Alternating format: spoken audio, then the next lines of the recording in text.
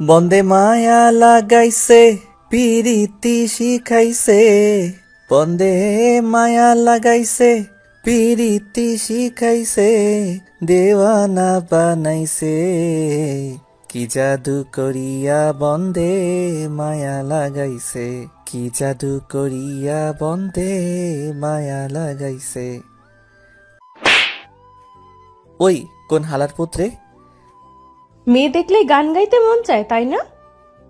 মেয়ের দিকে তাকাতে আমি পুরাই কলঙ্কিত, থুক্ক, উলঙ্গিত, আর এই মানে শিহরিত, কারণ আমার সামনে যেন এটা কোনো মেয়ে না, স্বয়ং আকাশ থেকে নেমে আসা পড়ি। ওই, আমরা আপনাকে দেখে গান গাইনি, অযথা থাপ্পড় মারলেন কেন?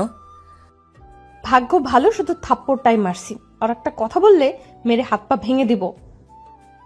হাল্লা গো, বাঁচাও, সকাল সকাল এটা কোন মেয়ের পাল্লায় পড়লাম রে বাবা, এই মায়া তো পুরাই আগুনের গোলা। এই সময় মমতাজ আবার একটা গান খুব মনে পড়ে গেল, পোলা তো নয় যেন আগুনেরই গোলা রে, পোলা তো নয় যেন আগুনেরই গোলা। মেয়েটাকে দেখার পর মনে হলো মমতা চাপা ভুল করে পোলার কথা বলছে, আসলে ওখানে মাইয়া হবে। তো যাই হোক, চলুন গল্পে যাওয়া যাক। ওই এমন হ্যাবলার মতো কি দেখছেন? একটা পেতনিকে দেখছি। আসলে মেয়েটা দেখতে অনেক সুন্দর, তবে আমি জানি সুন্দরী মেয়েদের রাগলে আরো সুন্দর লাগে, সেজন্য একটু রাগানোর চেষ্টা করছি।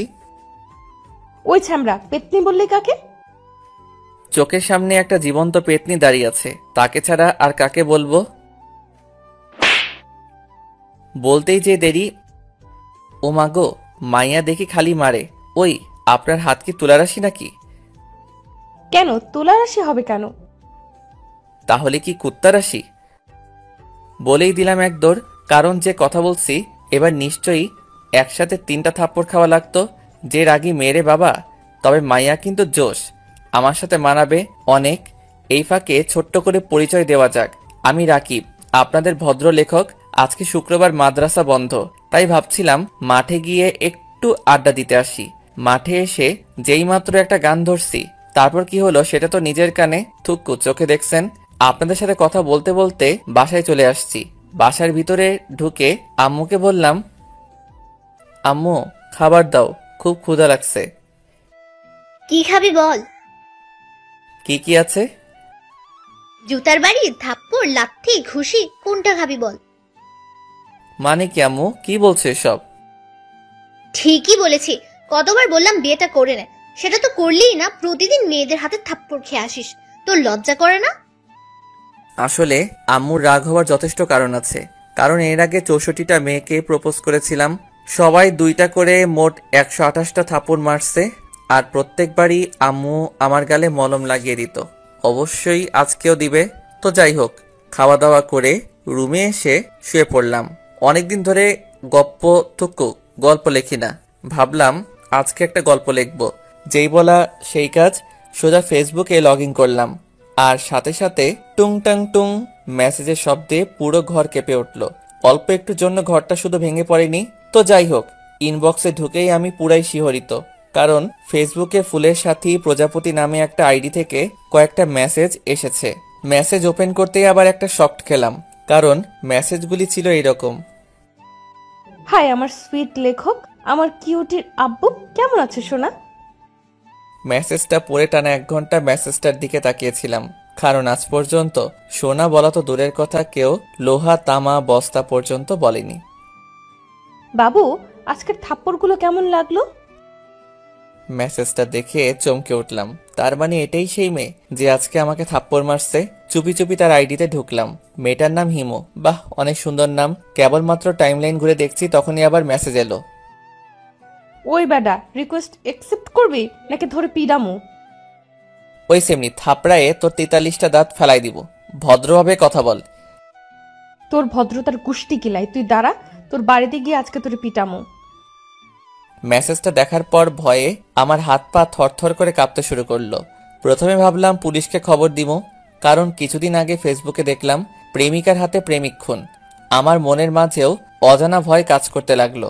হঠাৎ বাসার কলিং বেলটা বেজে উঠল, মনের মাঝে ভয়টা আরো 2 গুণ বেড়ে গেল। ভয়ে ভয়ে দরজাটা খুললাম, আর খুলেই দেখি বাহিরে আব্বু দাঁড়িয়ে আছে। আমাকে দেখে আব্বু বলে উঠল, দরজা খুলতে এত সময় লাগে কেন রে? জেনে রাখা ভালো, আব্বুর সাথে আমার সম্পর্ক বন্ধুর মতো। আব্বে ফহিন্নির পুত, এত চিল্লাও কেন? কিছু বললি? আব্বু। কি? আব্বু, প্রেম কর্ম, একটা মাইয়া খুঁজে দাও। আমি আর জানতাম না আমার পিছনে আম্মু দাঁড়িয়ে আছে। আমার কথা শুনেই আম্মু ঠাস করে কানের 1 ইঞ্চি নিচে একটা বসিয়ে দিল। তারপর থেকে কানের ভলিউম কমে গেছে। তারপর আম্মু রুমের ভিতরে চলে গেল, আর আমি আবারও ফেসবুকে ঢুকলাম।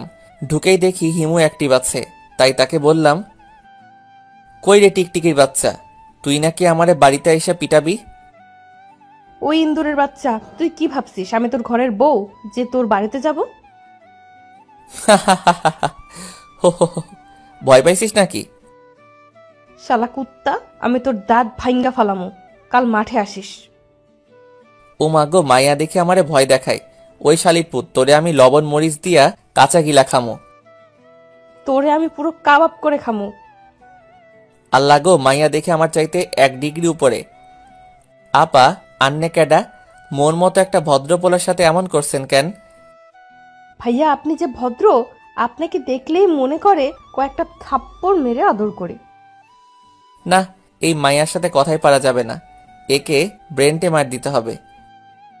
আমি কি আপনার সাথে দেখা করতে পারি? হুম। বাহ বাহ, মেয়েটাকে যতটা অভদ্র মনে করেছিলাম ততটা অভদ্র না, কিছুটা হলেও ভদ্র আছে।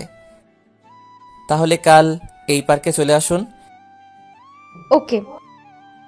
তারপর অনেক ঘুমানোর চেষ্টা করলাম, কিন্তু ঘুম ধরছে না, কারণ জীবনে প্রথম কাল কোনো মেয়ের সাথে পার্কে দেখা করতে যাব। সেই খুশির ঠেলায় ঘুম ধরছে না। মনে মনে ভাবলাম অল্প একটু লুঙ্গি ড্যান্স দেওয়া যাক, তাহলে হয়তো ঘুম ধরতে পারে। আর দেরি না করে আব্বুর রুম থেকে একটা লুঙ্গি নিয়ে আসলাম। তারপর শুরু হলো লুঙ্গি ড্যান্স। ড্যান্স দিতে দিতে হঠাৎ প্যার প্যার করে একটা শব্দ হলো। তাকিয়ে দেখি ওমা গো, আব্বুর লুঙ্গি তো ছিঁড়ে একদম প্লাজো হয়ে গেছে। হঠাৎ মাথায় একটা বুদ্ধি আসলো, এই ছিঁড়া লুঙ্গিটা হিমুকে প্লাজো হিসেবে গিফট দিব। যেই বলা সেই কাজ, ঠাস করে লুঙ্গিটা প্যাকেট করে ফেললাম। তারপর লম্বা একটা ঘুম দিলাম। সকালে ঘুম থেকে উঠে ফ্রেশ হয়ে নাস্তা করে দিলাম এক দৌড় পার্কের উদ্দেশ্যে। তো কিছুক্ষণ পরে পার্কে গিয়ে পৌঁছালাম, কিন্তু হিমু এখনো আসেনি। তাই পার্কের একটা বেঞ্চে বসে আছি। হঠাৎ একটা ফকির আসলো, তারপর বলল, 10টা টাকা দেন গো বাবা, 10টা টাকা দেন। ফকিরের কথা শুনে তো আমি পুরাই টাসকি খেয়ে গেলাম, কারণ অন্য ফকিরা তো 2 টাকা চাওয়ার সাহস পায় না, আর এই হালার পুত 10 টাকা চায়। 10 টাকা দিয়ে কি করবে? গার্লফ্রেন্ডের ফুচকা খাওয়ামু। আল্লাহ গো, উঠায় নাও না কেন? সামান্য একটা ফকিরেরও জিএফ আছে, আর আমি একজন লেখক হয়ে কার বাল ফালাইলাম। ভাই, তোর কাছে যদি এক্সট্রা আর কোনো গার্লফ্রেন্ড থাকে তাহলে আমাকে একটা ভিক্ষা দিস। সরি ভাই, কাল বললে হতো, আজ আর হবে না। কেন? কাল 2টার সাথে ব্রেকআপ হয়ে গেছে, একটার অন্য জায়গায় বিয়ে হয়ে গেছে, তাই। তারপর আর কিছু মনে নাই। ঠাস করে মাটিতে পড়ে ফাটাস করে বেহুশ হয়ে গেছি। জ্ঞান ফেরার পর তাকিয়ে দেখি হিমু আমার দিকে অগ্নি দৃষ্টিতে তাকিয়ে আছে। আমি কিছু বলার আগেই ঠাস করে একটা থাপ্পড় বসিয়ে দিল। তখন আমার জ্ঞান ছিল, কিন্তু হিমু যখন বলল, ওই শালা লুচ্চার ঘরের লুচ্চা, তুই নাকি পার্কে একটি মেয়ের লাভ লেটার দিছিস? তোমাকে কে বলল? ওই ফকিরটা বলেছে, আর এটাও বলেছে তোমাকে নাকি ওই মেয়ের বয়ফ্রেন্ড পিটায় বেহুশ করছে। এইটা শোনার পর বাকি সব ইতিহাস হয়ে গেছে, মানে আর কিছু মনে নাই। আবারও বেহুশ হয়ে গেছি। তারপর যখন জ্ঞান ফিরল তাকিয়ে দেখি আমি আমার রুমের ভিতরে শুয়ে আছি, আর আমার পাশে আম্মু আর আব্বু বসে আছে। আমাকে কোনো কথা বলার চান্স না দিয়ে আম্মু, চল কোথায়? তোকে বিয়ে করাতে। কার সাথে? কাজের বেটি জরিনার সাথে। আল্লাহ গো, মুই এখন কিতা করতাম? শেষে কিনা কাজের বেডিরে বিয়া করতে হইবে? পাঠক পাঠিকা আপনারা বলেন, এটা কি মানায়? আম্মু, আমি বিয়া করতাম না। আমি এই বিয়ে মানি না, মানবো না। তুই বিয়ে করবি না, তোর বাপ বিয়ে করবে। তুমি আমার 10টা না 5টা না একটা মাত্র বউ। তুমি যখন বলেছো তাহলে আমি দ্বিতীয় বিয়ে করতে রাজি। আব্বুর কথা শুনে তো আম্মু পুরাই রেগে আগুন। পরিস্থিতি ভালো মনে হচ্ছে না। তাড়াতাড়ি বিছানা থেকে উঠে দিলাম এক দৌড়ে মাঠে চলে আসছি। কিন্তু মাঠে আসার পর আমি পুরাই শিহরিত। আমি হাসবো নাকি কাঁদবো কিছুই বুঝতে পারতেছি না, কারণ মাঠে এসে দেখি হিমু আর তার বান্ধবীরা আড্ডা দিচ্ছে। সেটা বড় কথা নয়, বড় কথা হলো কাল আমি যে ছিঁড়া লুঙ্গি প্লাজো হিসেবে হিমুকে দিতে চেয়েছিলাম সেটা পরে এসেছে। বাহ বাহ, খুব সুন্দর লাগছে এটা পরে। আরো অবাক হলাম হিমু এর বান্ধবীদের কথা শুনে। দোস্ত, তোর প্লাজোটা কিন্তু সেই। আমার বয়ফ্রেন্ড গিফট করছে। আল্লাহ গো, দড়ি ফালাও উইঠা যাই, আমি নাকি ওর বিএফ। আর কি যোগ আইলো রে ভাই, লুঙ্গিকে প্লাজো বানাই ফেলছে। তোর বিএফ এর নাম কি আর দেখতে কেমন? নাম রাকিব, একজন লেখক। আর ও তোদের পিছে দাঁড়িয়ে আছে, দেখ।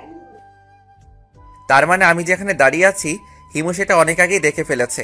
হিমুর কথা শুনে ওর বান্ধবীরা আমার দিকে ফ্যাল ফ্যাল করে তাকিয়ে আছে, মনে হচ্ছে যেন আমাকে চোখ দিয়ে খেয়ে ফেলবে। ওদের তাকিয়ে থাকা দেখে আমিও একটা বোকামার্কা হাসি দিয়ে ওদের কাছে গেলাম। তারপর, ভাইয়া কেমন আছেন? প্লিজ ভাইয়া বলবেন না, কলিজায় আঘাত লাগে। তাহলে কি বলবো? কেন, জান বাবু সোনা বলে ডাকবা? আমার কথা শুনে ওর বান্ধবীরা লজ্জা পেয়ে বান্দরের মতো লাফাইতে লাফাইতে চলে গেল। হাই সকিনা। ওই লুচ্চা, ছকিনা কেন? কেন তুমি? কুত্তা। মাইন্ড ইওর ভাষা, আই এম ভদ্র বয়। আমার ইংরেজি শুনে হিমু পুরাই টাস্কি খাইল। হেতি মনে হয় বাপের জন্মে এমন ইংরেজি শুনে নাই। বাংলার কুত্তা, আবার ইংরেজি মারাও, তাই না? এই মাইয়া তো দেখি পুরাই ডেঞ্জারাস। আমি তো জানি হিমুই আমাকে বাসায় রেখে এসেছে। হাসপাতাল থেকে আমাকে বাসায় রেখে এসেছিল কোন হালার পুত? তোমার আব্বু। কি, কিভাবে?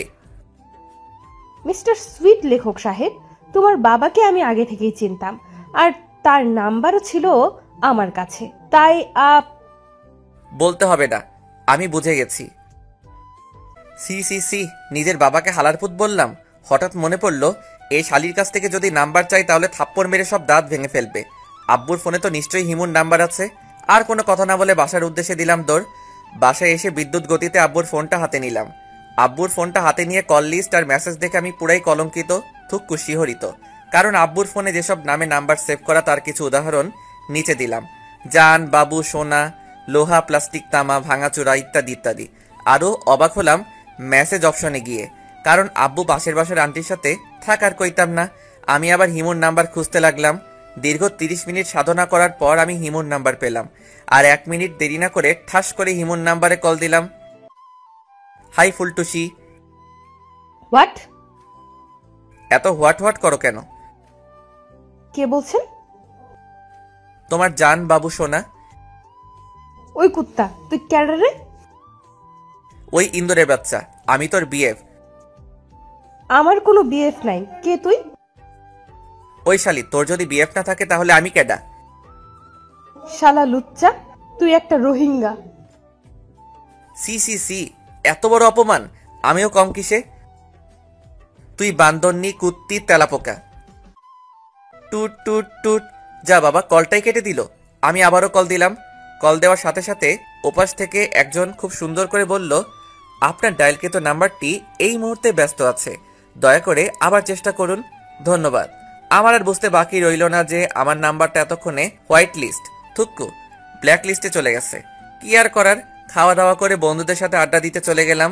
তো অনেকক্ষণ আড্ডা দিতে দিতে হঠাৎ দেখি হিমু মার্কেটের ভিতর থেকে বের হচ্ছে। মনে মনে ভাবলাম, শালির ঘরের শালি, আমারে ব্ল্যাক লিস্টে রাখছো, আজ তোমারে মজা দেখাবো। আর এক মুহূর্ত দেরি না করে সোজা হিমুর পিছনে পিছনে গেলাম। তারপর রাস্তার ধারে হিমুর সামনে হাঁটু গেড়ে বসে, আই লাভ ইউ সকিনা। থাপড়ায় তোর 32টা রাত ফালাই দেবো, শয়তান একটা। আমিও আমিও মানে? আমিও থাপড়ায় তোর 32টা দাঁত ফালাই দিব। ওই, তোর সমস্যাটা কি বলতো? তোরে একটা কিস দিমো। হোয়াট? আর এক মুহূর্ত দেরি না করে তার ঠোঁটে আমার একজোড়া ঠোঁট লাগিয়ে দিলাম। প্রায় 5 মিনিট ধরে একটা কিস দিলাম, দিয়েই দিলাম এক দৌড়। কারণ যে রাগী মেয়ে কখন কি করে না করে, তার উপর আবার কিস দিছি। ভাবতেই খুশি খুশি লাগতেছে। তো যাই হোক, আপনাদের সাথে কথা বলতে বলতে বাসায় চলে আসছি। বাসায় ঢুকে আম্মুকে বললাম, আম্মু খেতে দাও। কি খাবি বল? যেটা আছে সেটাই দাও তো, খুব ক্ষুধা লাগছে। লাল লিপস্টিক, কালো লিপস্টিক, পিঙ্ক কালারের লিপস্টিক, কোনটা খাবি বল? তুমি মোর লগে ইয়ার্কি মারো? ইয়ার্কি মারবো কেন? আয়নায় গিয়ে নিজের মুখটা একবার দেখে আয়। আমি বীরের মতো আয়নার সামনে বুক ফুলিয়ে গেলাম, আর গিয়েই তো আমি পুরাই টাসকি খেলাম, কারণ হিমুকে কিস দেওয়ার সময় ও ঠোঁটে লাল লিপস্টিক দিয়ে আমার ঠোঁটও লাল হয়ে গেছে। হঠাৎ পিছন থেকে আম্মু বলল, মাইয়াটা ক্যাডা? কোন মাইয়া? ওই কোন হালার পুত মারল রে? পিছনে তাকিয়ে দেখে আব্বু দাঁড়িয়ে আছে, তার মানে থাপ্পড়টাও আব্বুই দিছি। মারলা কেন? হারামজাদা, তুই নাকি আমার বন্ধুর মেয়ের ইয়ে দিছস। ইয়ে কি? ইয়ে বুঝিস না? দাঁড়া, তোকে মজা দেখাচ্ছি আজকে তো। হঠাৎ বাসার কলিং বেল বেজে উঠল। আম্মুকে দরজা খুলতেই আমার চোখ কপালে উঠে গেল, কারণ যে এসেছে সে আর কেউ না, ওই ডাইনি মেয়েটা মানে হিমু। হিমু ভিতরে এসে আম্মুকে বলল, আন্টি, তোমাদের বাসায় চোর পিটানোর লাঠিটা কই? কি লাঠি দিয়া কিতা করবা? বলেই এক দৌড়ে রুমে চলে গেলাম। রুমে গিয়ে আগে দরজাটা লাগিয়ে দিলাম। কিছুক্ষণ পর বাহির থেকে হিমু বলতেছে, শয়তান, বের হ বলছি। বেশি পিটাবো না, শুধু 2টা থাপ্পড়, একটা ঘুষি, একটা লাথি আর একটা লাঠি দিয়ে কয়েকটা পিটামো। আল্লাহ গো, উঠাইয়া লও। এই মাইয়া কয় কি এতগুলো পিটাবে, আবার কয় বেশি পিটাবো না। বাহির থেকে আবার হিমু বলল, ওই কুত্তা, দরজা খুল বলছি, না হলে কিন্তু দরজা ভেঙে দিয়ে তোরে পিটামো। আম্মা ও আম্মা গো, ও আব্বা গো, তোমার পোলাটারে বাঁচাও গো। তোর মতো ছেলেকে এইভাবেই পিটানো উচিত। দরজা খোল বলছি, তাছাড়া আজকে তোরে মাইরাই হালামো। আল্লাহ গো, রক্ষা করো, এই ডাইনিটা তো আজকে আমাকে মেরেই ফেলবে। কি আর করার, ভয় ভয় দরজাটা খুলে দিলাম। আর দরজা খোলার সাথে সাথে শুরু হয়ে গেল উদুম কেলানি। ও আম্মা গো, আব্বা গো, ও খালা গো, ও মামি গো, আমি আর কোনোদিন কিস দিব না, মাইরা ফেলাইল গো। অবশেষে দীর্ঘ 32 মিনিট পিটানোর পরে শান্ত হলো। তারপর আমি কোনো মতে উঠে গিয়ে বিছানায় বসলাম। আসলে আমি একটু ব্যথা পাইনি, কারণ মাইয়া মানুষ মারলে তেমন ব্যথা লাগে না, তাই একটু ব্যথা পাওয়ার অভিনয় করলাম। কিছুক্ষণ পর হিমু আমার রুমে আসলো, তারপর বলল, সরি সোনা, একটু বেশি পিটাইছি। মনে চাচ্ছে থাপড়াইয়া 43টা দাঁত ফালাইয়া দেই। রাগ করছো কেন সোনা? বেশি তো পিটাইনি, মাত্র 43টা থাপ্পড়, 31টা লাঠি, 19টা ঘুষি আর লাঠি দিয়ে কয়েকটা পিটাইছি। এতক্ষণে আমার শরীরে ব্যথা ছিল না। হিমুয়ের কথা শুনে আমার শরীরে ব্যথা আরো বেশি হয়ে গেল।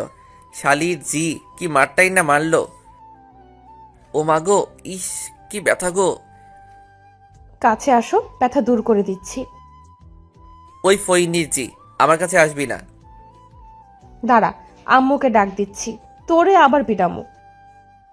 কি আর করার, বাধ্য ছেলের মতো হিমুর কাছে গেলাম। শালা আজকে কার মুখ দেখে যে ঘুম থেকে উঠেছিলাম আল্লাহ জানে।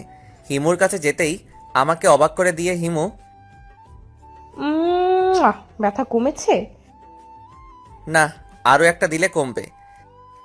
এবার মনে হয় আরেকটা কিস পাবো, কিন্তু শালা লুচ্চার ঘরের লুচ্চা, একটা দিয়ে পেট ভরে না। বলেই ভেংচি কেটে চলে গেল। এই কিতা হলো, আমি ভাবলাম আরেকটা কিস পাবো, উল্টা এই শালি তো আমার অপমান করলো। মনে মনে সিদ্ধান্ত নিয়ে নিলাম, আজকে রাতে তো হিমু আমাদের বাসাতে থাকবে, আজকে সারা রাত ওকে পিটাবো। তো দেখতে দেখতে রাত হয়ে গেল। খাওয়া দাওয়া করে সবাই যার যার রুমে চলে গেল। বলে রাখা ভালো, আমাদের রুম 5টা, একটাতে আমি থাকি, আরেকটাতে আম্মু আব্বু থাকে, আরেকটাতে ছোট্ট ভাই থাকে। আমিও আমার প্ল্যান মতো কাজ শুরু করে দিলাম। তখন রাত 2টা। আমি আমার রুম থেকে লাঠি নিয়ে, যেটা দিয়ে আমারে পিটাইছে, হিমুর রুমের দিকে গেলাম। গিয়ে দেখি শালি কম্বলের মধ্যে ঢুকে গেছে। আর এক মুহূর্ত দেরি না করে এক লাফে খাটের উপর উঠে শুরু করে দিলাম উদুম কেলানি। ঠাস ঠাস ঠাস ঠাস দীর্ঘ 1 ঘন্টা পিটাইলাম। পিটানোর কারণে শালি মনে হয় বেহুশ হয়ে গেছে।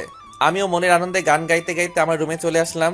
আজ পাশা খেলবো রে শাম, আজ পাশা খেলবো রে শাম। তারপর আনন্দের সাথে ঘুমিয়ে গেলাম। সকালে ঘুম ভাঙলো আম্মুর চিল্লানিতে। এত সকাল সকাল চিল্লাও কেন? কাল রাতে বাসায় ডাকাত এসেছিল। আমি মনে মনে ভাবলাম, যাক বাবা, হিমুকে পিটানোটা তাহলে সার্থক হয়েছে। হঠাৎ চোখে পড়ল আমার ছোট ভাইয়ের উপরে। তাকিয়ে দেখি তার গালগুলো আলুর মতো হয়ে গেছে, চোখ দুটো ফুটবলের মতো হয়ে গেছে। তোর এমন অবস্থা কেন? ভাইয়া, কাল রাতে ডাকাত আমার রুমে ঢুকে আমারে পিটাইছে। ছোট ভাইয়ের কথা শুনে আমি তো আকাশ থেকে পড়লাম। তাহলে কাল রাতে আমি হিমু ভেবে ছোট ভাইকে পিটাইছি? C C C. যে হালারপুত আমারে মারছে তার জীবনেও বিয়ে হবে না। শালারপুতের জিএফ এর সাথে ব্রেকআপ হয়ে যাবে। এমন কথা বলে না ছোট ভাই। আমি ঠিকই বলেছে, আমার ছেলেকে যে মারছে আল্লাহ তার হাত ভেঙে দাও। আল্লাহ গো, উঠায় নাও না কেন? মুই আর এই দেশে থাকবো না। মুই আজকেই চামচুক্কা চলে যামু। হঠাৎ চোখে পড়ল হিমুর উপরে। শালি 43টা দাঁত বের করে মিটি মিটি হাসতেছে। আমি ওকে ইশারা করলাম আমার রুমে আসার জন্য, আর আমিও আমার রুমে চলে গেলাম। কিছুক্ষণ পর হিমু আমার রুমে আসলো। আমাকে কোনো কথা বলার চান্স না দিয়ে হিমু বলল, কি খবর মিস্টার সুইট কিউট কমেডিয়ান লেখক সাহেব? আমাকে পিটানোর প্ল্যান করছিলেন তাই না? শালির জি, তোর জন্য আমি আমার ছোট ভাইরে পিটাইছি। তোরে আজ আমি খাইয়া ফেলামু। মাইন্ড ইওর ভাষা। তুই আমাকে খাবি মানে? আমি কি আলু বেগুন পটল নাকি? এইভাবে তর্ক করতে করতে একসময় আমাদের মাঝে তুমুল হারে মারামারি লেগে গেল। আমি হিমুর চুলের মুঠি ধরে ঠুস ঠাস করে কয়েকটা লাগিয়ে দিচ্ছি, আর হিমু আমার চুল ধরে আমারে থাপ্পড় দিচ্ছে। অবশেষে দীর্ঘ 30 মিনিট ধরে আমরা মারামারি করলাম। আমাদের মারামারিতে বেশ কয়েকজন শহীদ হয়ে গেছে। তারা হলো বীরশ্রেষ্ঠ কোলবালিশ, কয়েকটা বালিশ, গ্লাস, আয়না ইত্যাদি ইত্যাদি। বর্তমানে আমরা 2 জন রেস্ট নিচ্ছি। হঠাৎ হিমু বলল, আমি তোকে ভালোবাসি রে। হিমুর মুখে এমন কথা শুনে আমি ভ্যাবাচাকা খেয়ে গেলাম।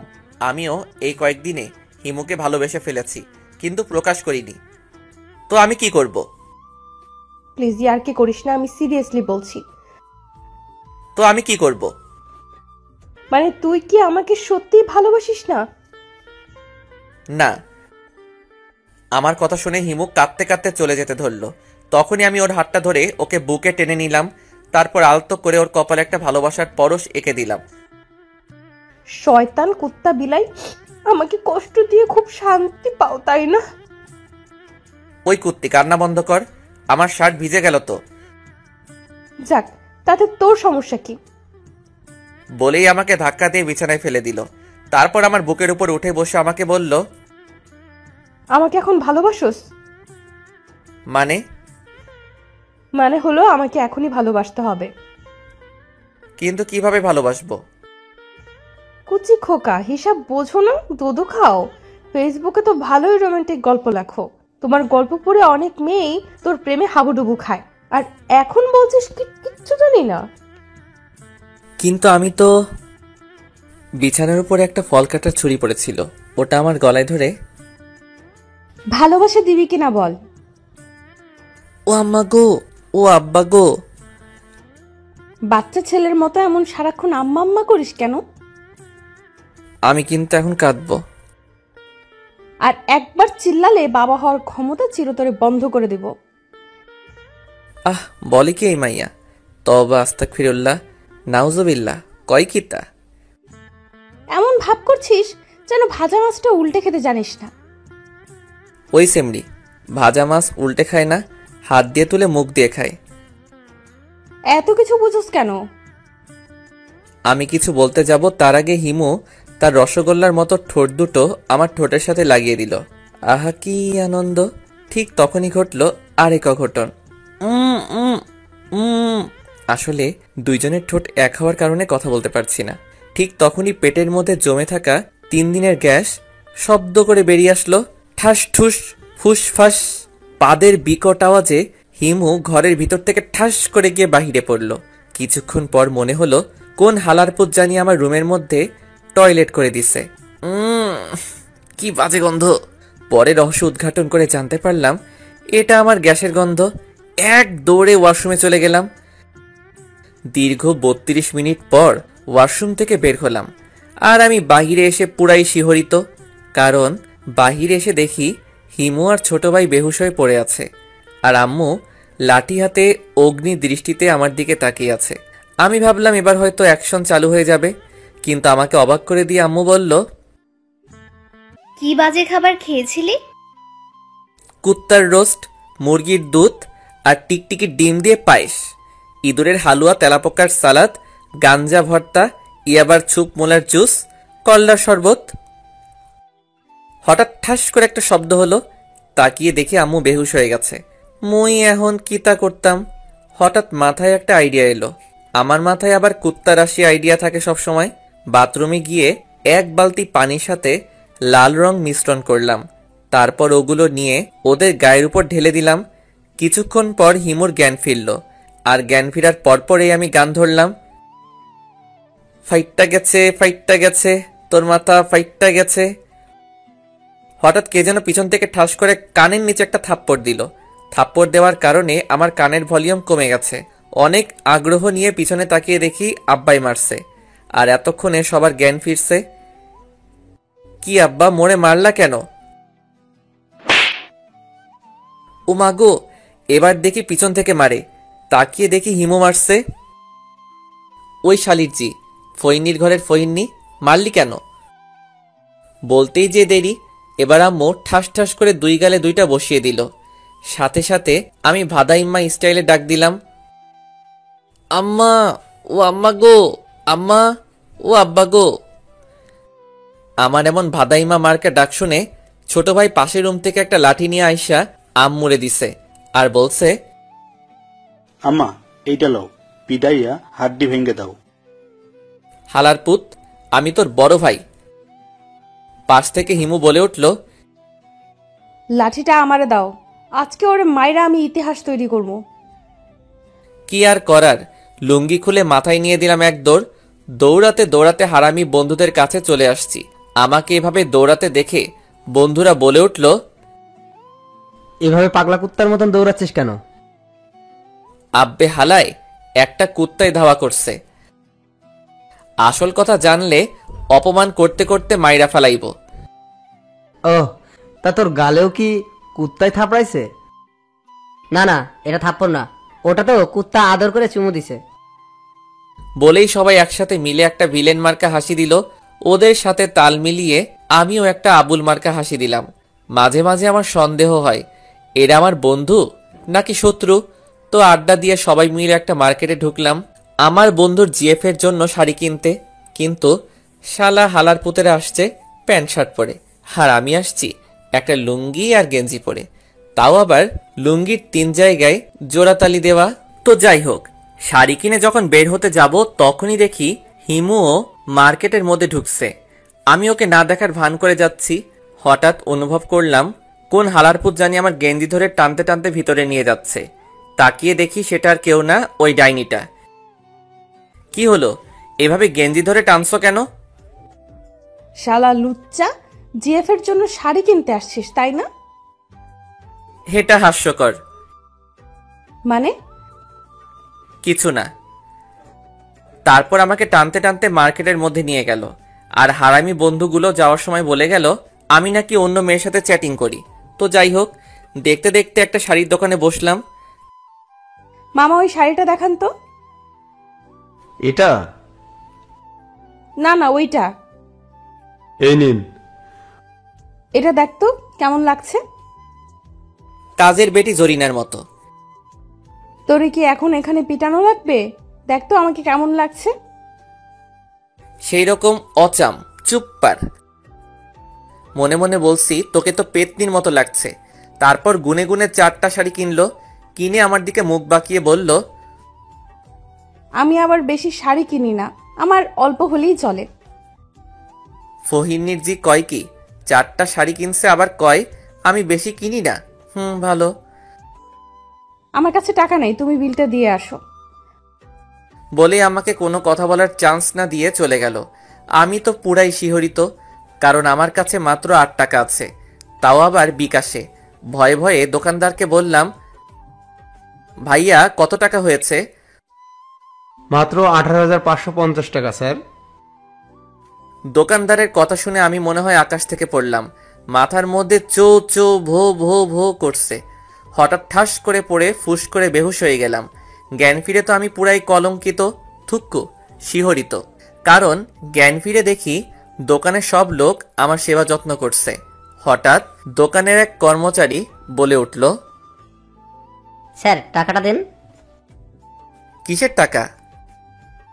ও মনে হয় বেহুশ হয়ে সবকিছু ভুলে গেছে। ওর মাথায় লাঠি দিয়ে ঠাস করে একটা বাড়ি মার, তাহলে মনে পড়বে। হালারপুত কয় কিতা?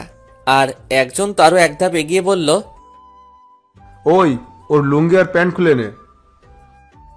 আল্লাহ গো, মুই এখন কিতা করতাম? এই বেটা, টাকা বের কর। ওরে ভাইরে, আমার কাছে তো টাকা নাই। ওই ওর লুঙ্গি আর গেঞ্জি খুলে নে। ভাই, আপনার বউয়ের দোহাই লাগে, লুঙ্গি খুইলেন না, মুই আপনাদের পরে এসে টাকা দিয়ে দিব। কিন্তু কে শুনে কার কথা? অবশেষে লুঙ্গি এবং গঞ্জি বোনাস হিসেবে ফোনটা দিয়ে দিলাম এক দৌড়। ভাগ্য ভালো ছিল নিচে আন্ডারপ্যান্ট ছিল। রাস্তায় দিয়ে দৌড়াচ্ছি আর মানুষে আমার দিকে হা করে তাকিয়ে আছে।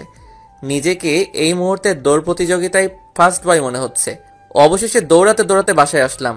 বাসায় এসে ঘরে ঢুকতেই আব্বু বলে উঠল, কি রে, তোর লুঙ্গি আর গেঞ্জি কই? আব্বা, ও আব্বা গো, কিতা হইছে? ও আব্বা গো। আবেকে কাইন্দা দিছি। আব্বে, আগে কি হইছে কবি তো। কি আর কমু, দৌড় দিয়ে রুমে ঢুকে দরজা লক করে দিছি। ভাবছি এই জীবন আর রাখতাম না, মুই আজকাই সুইসাইড করমু। কিন্তু কিভাবে করমু? হঠাৎ মনে পড়ল পাখার সাথে গলায় দড়ি দিব। তারপর গলায় দড়ি দিয়ে পাখার সাথে ঝুলে থাকলাম। হঠাৎ ঠাস করে একটা শব্দ হলো। দেখি শালা হালারপুত ভেঙে নিচে পড়ে গেছি। তারপর আর কিছু মনে নাই, আমি তো মারা গেছি। শুনেছি কবরের মধ্যে নাকি ফেরেশতারা আসে, কিন্তু কই, এতক্ষণ ধরে মরে আছি, এখনো পর্যন্ত কোনো ফেরেশতা আসে না কেন? হঠাৎ তাকিয়ে দেখি ছোট ভাই দাঁড়িয়ে আছে। কি রে হালারপুত, তুইও সুইসাইড করলি নাকি? কিরে ভাইয়া, কয় মুড়া গাঞ্জা খাইছস? আব্বে মফিস, কবরের মধ্যে কি তোর বাপে গাঞ্জা এনে দিবে নাকি? হঠাৎ তাকিয়ে দেখি আব্বাও হাসতেছে। আব্বারে আসতে দেখে ভাদাইম্মা স্টাইলে ডাক দিলাম, আব্বা, ও আব্বা গো, ও আব্বা গো, তুমিও মারা গেছো? কি সাংঘাতিক! আব্বা, ভাইয়া গাঞ্জা খাইছে, ধরে পিডাও, তাহলে ঠিক হয়ে যাবে। বলতেই যে দেরি, শুরু হয়ে গেল লাঠি দিয়ে পিডানি। ঠাস ঠাস ঠাস। ভেবেছিলাম মরে যাওয়ার পর ফেরেশতারা পিডাবে, এখন দেখি আব্বা আর ছোট ভাই পিডাই। এতক্ষণে শিওর হলাম আমি এখনো মরিনি, কিন্তু এভাবে আর কিছুক্ষণ পিডানি খাইলে তো এমনিতেই মারা যাবো। আব্বু মারতেছে আর বলছে, বল, আর গাঞ্জা খাবি? ও আব্বা গো, মুই গাঞ্জা খাইনি। ও কে আছো, বাঁচাও গো, এই হালারপুতে মাইরা ফেলাইলো গো। দীর্ঘ 20 মিনিট পিডানোর পর আব্বা ছাইরা দিল। কোনো মতে খাওয়া দাওয়া করে একটা ঘুম দিলাম। স্বপ্নে দেখি আমি হিমুরে পিড়াইতেছি, আর হিমু আব্বা গো, মা গো বলে চিল্লাচ্ছে। হঠাৎ লুঙ্গি টানাটানির কারণে ঘুমটা ভেঙে গেল। তাকিয়ে দেখি হিমু আমার লুঙ্গি ধরে টানছে।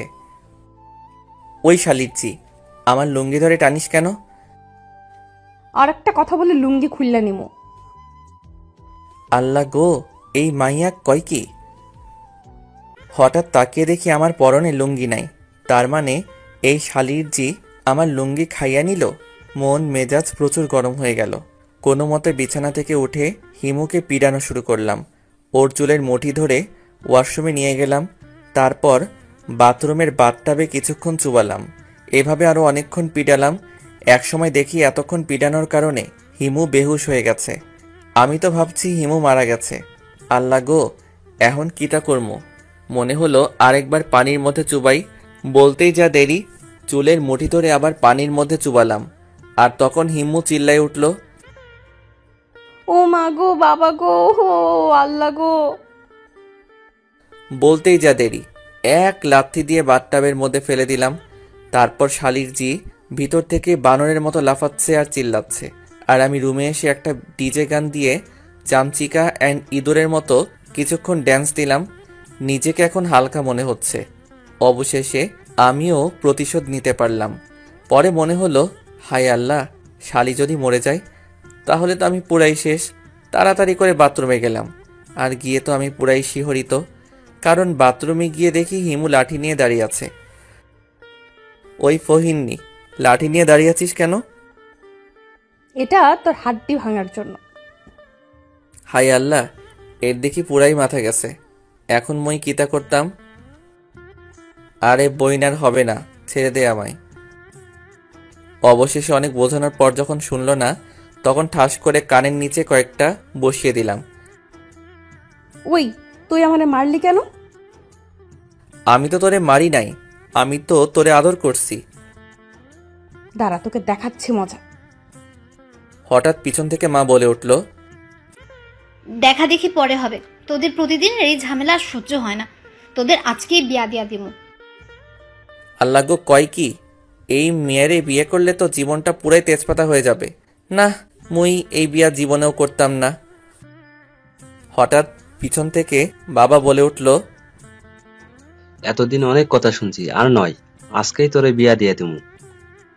আব্বুর কথা শেষ না হতেই হিমু মাথায় কাপড় দিয়ে আব্বু আর আম্মুকে সালাম করে দোয়া নেওয়া শুরু করে দিল। কি ফাজিল মেরে বাবা, উপরে ফিটফাট আর নিচে থাক আর কইতাম না। অবশেষে শিশু নির্যাতনের শিকার হয়ে আমার আর হিমুর বিয়েটা হয়ে গেল। বর্তমানে দাঁড়িয়ে আছি বাসর ঘরের সামনে, বন্ধুরা আমাকে বিড়াল মারার টিপস দিচ্ছে। অবশেষে বন্ধুদের টিপস দেওয়া শেষ হলো।